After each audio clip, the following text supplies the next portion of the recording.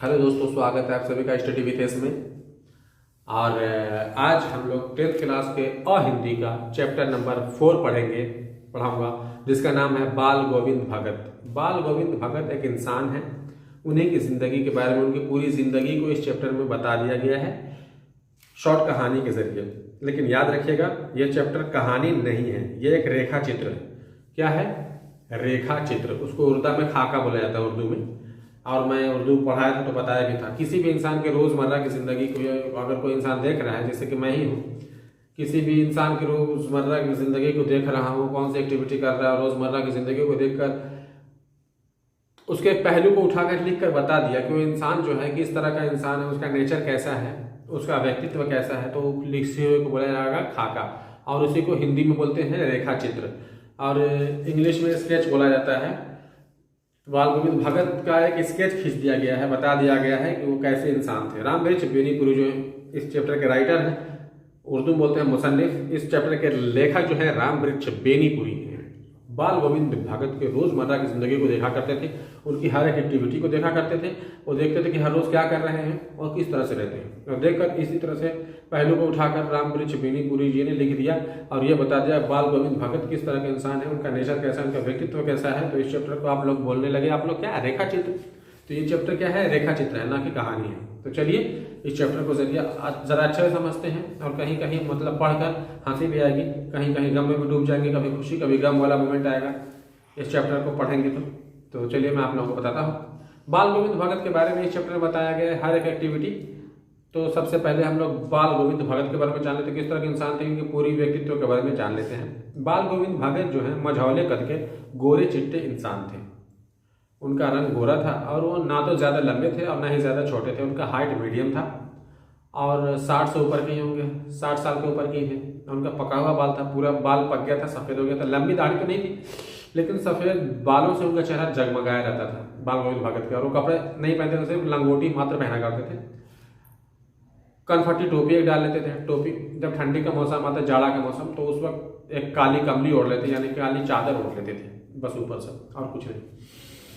और राम नंदी चंदन का एक टीका लगाते थे, और टीका भी नाक के एक छोर से दूर होता। जिस तरह औरतें नहीं लगाती टीका, बिल्कुल उसी तरह ये भी टीका राम नंदी चंदन का टीका लगा, पूरा नाक के एक छोर से शुरू होता उनका टीका। और तुलसी की जड़ों की एक ये माला पहनते थे। और सबसे बड़ी बात थी, ये गृहस्थ थे। गृहस्थ मतलब समझते हैं, जो खेती बाड़ी करके अपने परिवार का पालन पोषण करे, अपने परिवार को खिलाए पिलाए। तो बाल गोविंद भगत के परिवार कितनी थी?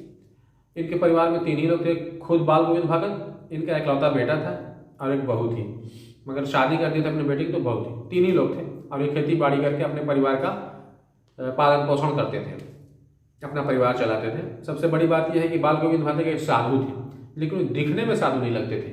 जैसे साधु देखने में लग जाता है ना कि हाँ ये साधु है, लेकिन बाल गोविंद भगत को देखकर कोई नहीं कह सकता है कि वो साधु हैं। लेकिन उनका जो भी व्यवहार था वो साधु जैसा था। ये किसी से लड़ाई झगड़ा नहीं करते थे। हमेशा जिस तरह से हमेशा साधु का व्यवहार तो बिल्कुल उसी तरह इनका व्यवहार था।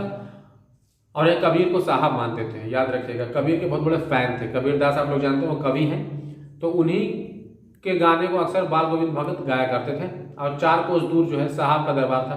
कबीर को साहब मानते थे कि कबीर का दरबार, साहब का दरबार नहीं, कबीर का दरबार बाल गोविंद भगत के घर से 4 कोस दूर था। जो कि गृहस्थी का काम खेती बाड़ी करते बाल गोविंद भगत, और जो भी अनाज निकलता उस अनाज को ले जाकर वही 4 कोस दूर लेकर साहब के दरबार में भेंट कर देते, यानी कि दान कर देते। और दान करने के बाद जो भी प्रसाद उनको मिलता, तो प्रसाद के रूप में उनको जो भी मिलता वो ले लेते, और घर पर लाकर उसी का खाना बनाकर खाते थे। तो जो भी प्रसाद के रूप में मिलता उसी को लाकर खाना अपने परिवार को देते और खुद खाते थे। उनकी रोजी रोटी इसी तरह चलती थी। जो भी अनाज उनका निकलता खेती बाड़ी करने से, वो जाकर साहब के दरबार में देते थे, और उसे जो प्रसाद निकलता प्रसाद लेते, और उसी से अपनी रोजी रोटी बस इनका यही काम था। इनकी सबसे बड़ी बाल गोविंद भगत की सबसे बड़ी खूबी जो है, सर्वश्रेष्ठ खूबी जो थी, वो गाना गाना। संगीत जो था इनका सर्वश्रेष्ठ खूबी था। जब ये गाना गाते थे बाल गोविंद भगत, तो सभी लोग इनके गानों में मग्न हो जाते थे, डूब जाते थे। ऐसा लगता था सभी लोग जो टेंशन में बैठे थे, उनका टेंशन जो है 1 मिनट 1 सेकंड में छूमंतर हो गया। इनका बढ़िया ये गाना गाते थे।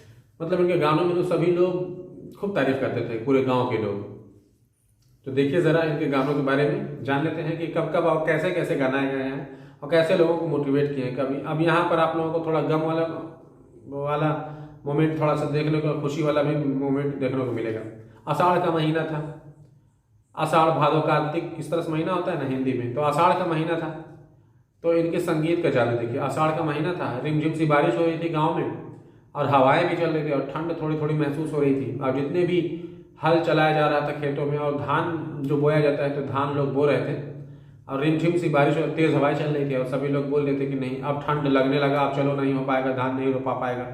और औरतें जो हैं वो मेड़ी पर, मेड़ी मतलब खेत का जो बीच वाला, दो खेतों का जो बीच में जो पतला सा मेढ़ी रहता है, बांध रहता है बांटने के लिए, जो स्टूडेंट गांव के होंगे वो समझ जाएंगे। तो मेढ़ी पर जो औरतें कलेवा लेकर बैठी थी, यानी कि 12 बजे का खाना लेकर बैठी थी।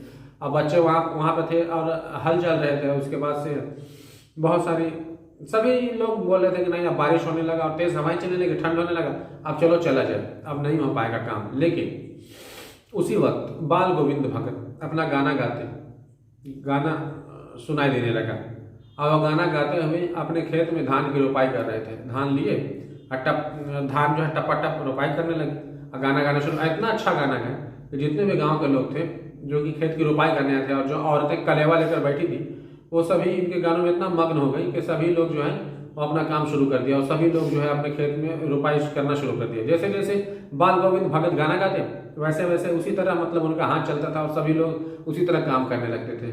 उनके गाने में मग्न होकर औरतें भी गाने लगी उनके साथ साथ, दोबारा तिबारा उनके साथ देने लगी और जितने भी लोग थे वो अपना काम करना शुरू कर दिए। सोचिए बाल गोविंद भगत के गाने में कितना जादू था। तो ये थे बाल गोविंद भगत। इनके वजह से सभी लोग अपने खेत की रुपाई भी कर लिए और खुश भी हो गए और सारा का सारा टेंशन भी खत्म हो गया।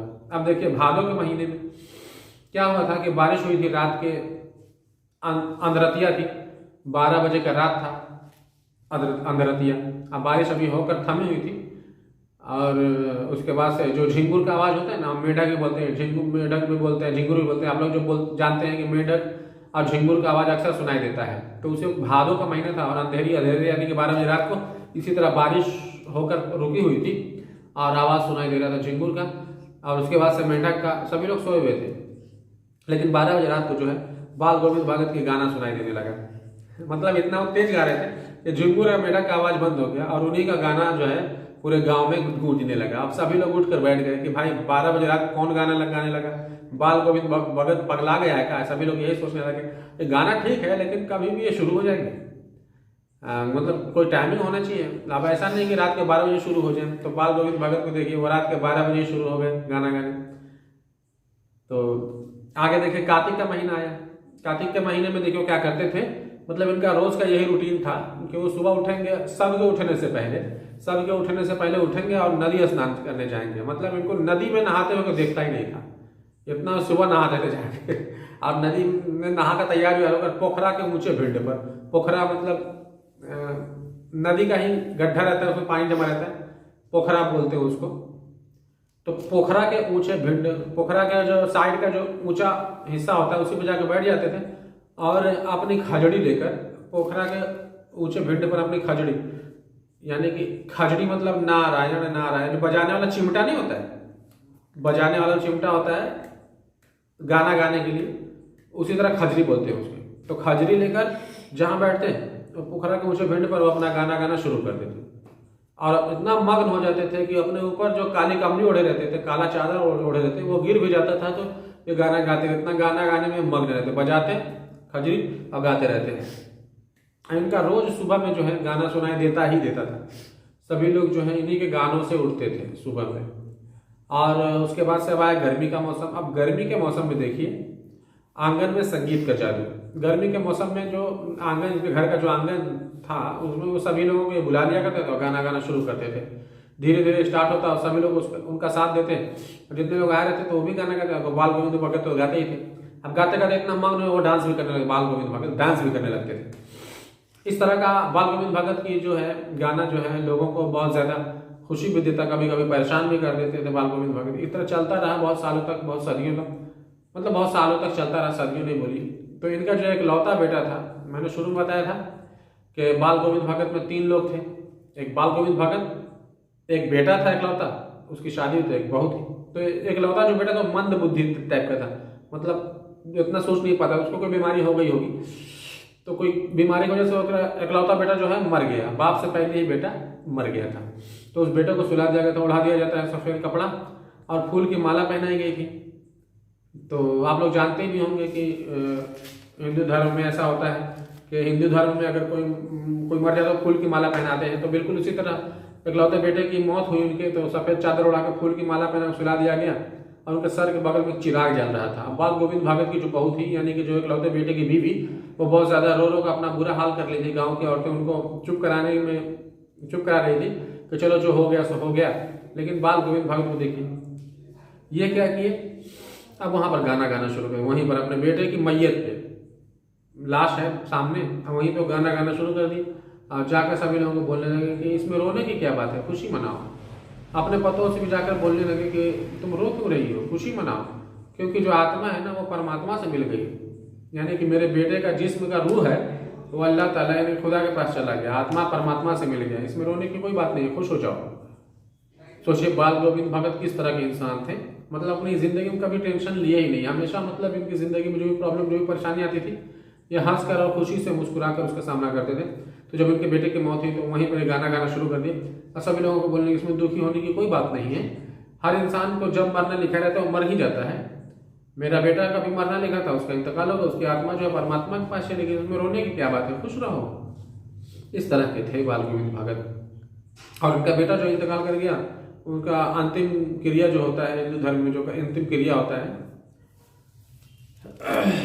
क्रियाक्रम जो होता है, क्रियाक्रम जो लेकर जाकर लाश को जलाते हैं, अंतिम संस्कार ही उसको बोलते हैं। तो लेकर गए, बाल गोविंद भगत अपने खुद नहीं जलाए, वो अपने बहू को दे दिए, पतों को दे दिए कि लो तुम जलाओ। और वो उसकी पतों ही अंतिम संस्कार दिया, उसमें आग लगाया, चीता में पतों ही आग लगाई। और अंतिम संस्कार के बाद जब लोग घर आए उनके पतों, तो बाल गोविंद भगत अपने पतों से बोले कि देखो तुम अपने भाई को बुलाओ।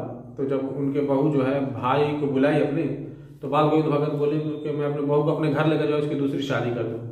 अब उनकी बहू ये बात सुनकर बोलने लगे कि नहीं मैं आपको छोड़कर नहीं जाऊंगी, रोने भी लगी कि आपका ध्यान कौन रखेगा, आप इस तरह कमजोर पड़ जाएंगे, नहीं मैं आपको छोड़कर नहीं जाऊंगी। लेकिन बाल गोविंद भगत नहीं माने, वो बोल दिए कि अगर तुम नहीं जाओगी तो मैं यहाँ से चला जाऊंगा, तुम्हें जाना ही पड़ेगा। अब मजबूरन बेचारी क्या करते, उनकी बहू, उसको जाना ही पड़ा, उसका भाई लेकर अपने घर चला गया। उसकी दूसरी शादी भी, ये नहीं बताया कि दूसरी शादी हुई कि नहीं, लेकिन उसका भाई लेकर चला गया। अब बाल गोविंद भगत की जिंदगी के बारे में सुन लिया, तो अब बाल गोविंद भगत की कहानी सुनिए। वो अकेले हो गए, उनका अगलौता बेटा जो था वो मौत हो गई और बहू को घर भेज दिए। तो अब वो अकेले थे, अपने खाने पीने पे ध्यान नहीं रखते थे, धीरे धीरे कमजोर भी हो गए थे। और उनका हर साल का रूटीन था, वो हर साल जो है गंगा स्नान के लिए 30 कोस दूर, याद रखिएगा 30 कोस दूर पैदल जाते थे गंगा नहाने के लिए। गंगा नदी जो था बाल गोविंद भगत के घर से 30 कोस दूर था। 30 कोस हो जाएगा लगभग 90 किलोमीटर के आसपास। 90 किलोमीटर वो पैदल जाते थे, हर साल पैदल ही जाते थे। घर से खाना खाकर जाते और 4-5 दिन लग जाता 30 कोस दूर जाने में। 4-5 दिनों तक वो रास्ते में किसी को मांग कर भी नहीं खाते, भिक्षा मांग कर या कोई देता तो भी नहीं खाते थे, क्योंकि वो एक साधु थे और ये मानते थे कि किसी से भिक्षा लेकर नहीं खाना चाहिए। और इसीलिए रास्ते में कोई देता भी तो नहीं खाते, डायरेक्ट जाकर गंगा स्नान करते और नहाकर घर का खाना खाकर ही गंगा स्नान करके फिर वापस आते, फिर घर पर ही खाते। ये हर साल का उनका रूटीन था। लेकिन इस साल वो गंगा स्नान करने गए तो पहले से कमजोर थे, और गंगा स्नान करने के बाद जो घर पर आए तो घर पर आने के बाद वो कमजोरी फील करने लगे, क्योंकि वो हर साल आया करते थे, गंगा स्नान के बाद घर आते थे तो कोई कोई काम में बिजी हो जाते थे। लेकिन वो अब कमजोरी फील कर रहे थे, क्योंकि वो अपने खाने पर ध्यान नहीं रखते थे, खाने पीने पर। और बहू को भी जबरदस्ती अपने घर भेज दिए थे। बहू रहती तो उनके खाने पीने पर ध्यान दे दिया। उनकी उम्र भी हो गई थी, 60 से ऊपर के थे। और गांव वाले भी बाल गोविंद भगत से बोला करते थे देखिए आप खाने पीने पर ध्यान दीजिए। लेकिन ये जो बाल गोविंद भगत गांव वाले की बात नहीं सुनते और कहते थे जब मौत लिखा रहेगा तो कभी भी हो सकता है, वो जिस दिन आपकी मौत लिख रही उसी दिन होगी। और ये बात कहकर टाल देते थे, खाने पीने पर ध्यान नहीं देते थे। तो जब आए कमजोरी फील कर रहे थे, खाना खाए, उसके बाद से गाना वाना गाकर रात को सो गए। सुबह हुई तो सुबह को बाल गोविंद भगत की गाना सुनाई नहीं दिया लोगों को। अब सभी लोगों ने सोचा कि आग मतलब ये गाना क्यों नहीं गाए, गाना क्यों नहीं सुनाई दिया। वो रोज परेशान करता है गाना सुना के, लेकिन परेशान नहीं करता है। तो आप लोगों के मन में खुद सवाल उठेगा कि आखिर परेशान क्यों नहीं किया। बिल्कुल उसी तरह बाल गोविंद भगत के साथ हुआ। बाल गोविंद भगत हर रोज सभी को उठने से पहले नदी स्नान करते, दैया तैयार पोखरा के ऊपर भी जो अपनी खजरी लेकर गाना गाना शुरू कर देते। लेकिन उस दिन जो है बाल गोविंद भगत के गाना सुनाई नहीं दिया। सभी लोगों के मन में उसी तरह सवाल उठने लगे कि आखिर बाल गोविंद भगत गाना क्यों नहीं गाया। और पूरे गांव वाले जो है बाल गोविंद भगत के घर गए। आप जाकर देखा तो बाल गोविंद भगत जो है वो इस दुनिया से रुखसत हो चुके थे, वो उनकी मौत हो चुकी थी। वो इंसान जो अपनी ज़िंदगी में ना ही किसी से झगड़ा किया था, ना ही किसी से झगड़ा मोल लिया था, हमेशा दूसरों से प्यार और मीठी मीठी बातें किया करता था, वो अपनी ज़िंदगी में कभी झूठ नहीं बोला था, उस इंसान की मौत हो गई थी आज। सभी लोगों को बहुत अफसोस हुआ कि इतना अच्छा व्यक्तित्व का इंसान उन्होंने खो दिया। गांव वाले बहुत अफसोस कर रहे थे। और यहीं पर आप लोगों का ये चैप्टर कंप्लीट होता है। कोई भी कंफ्यूजन हो इस चैप्टर से रिलेटेड आप हमें कमेंट करके पूछ सकते हैं। यहाँ पे ध्यान देने वाली बात दो है कि देखिए, बाल गोविंद भगत को पक्का हिंदू टाइप का इंसान इसमें बताया रामगीरी गोनीपुरी ने। वो टीका लगाते थे बहुत लंबा और गाना वाना गाते थे। इस टाइप के इंसान जो है ज़्यादा ऐसा उनसे आशा किया जाता है कि वो अपनी पत्नी को अपनी बहू को दूसरी शादी नहीं करने देंगे, पहली बात तो। दूसरी बात ये होता कि चिता को आग नहीं लगाने देते, लड़की हो कि चिता को आग लगाएगी, ऐसा कुछ हवा होता है धार्मिक लोगों के अंदर। लेकिन ये देखिए कितने प्रैक्टिकल थे। ये चीज़ बताने की बात यहाँ पे रामगीरी गोनीपुरी ने लगभग दिखाने का प्रयास किया है इस चैप्टर में। बहुत ही अच्छा चैप्टर है, एक धार्मिक दृष्टि से भी और एक सामाजिक दृष्टि से भी। तो यहाँ पे दो चीज़ है कि उन्होंने अपने बहू को दूसरी शादी की तनकीर की। दूसरी बात यह कि एक चिता को आग लगाने के लिए एक औरत को कहा, जबकि वो खुद जिंदा थे, वो लगा सकते थे, लेकिन नहीं, तुम लगाओ, तुम चिता को आग लगाओ। एक औरत जब चिता को आग लगाई तो ये एक चेंजेस रहा है, ऐसा यूजुअली नहीं होता है। तो मिलते हैं अगले वीडियो में, बाय बाय।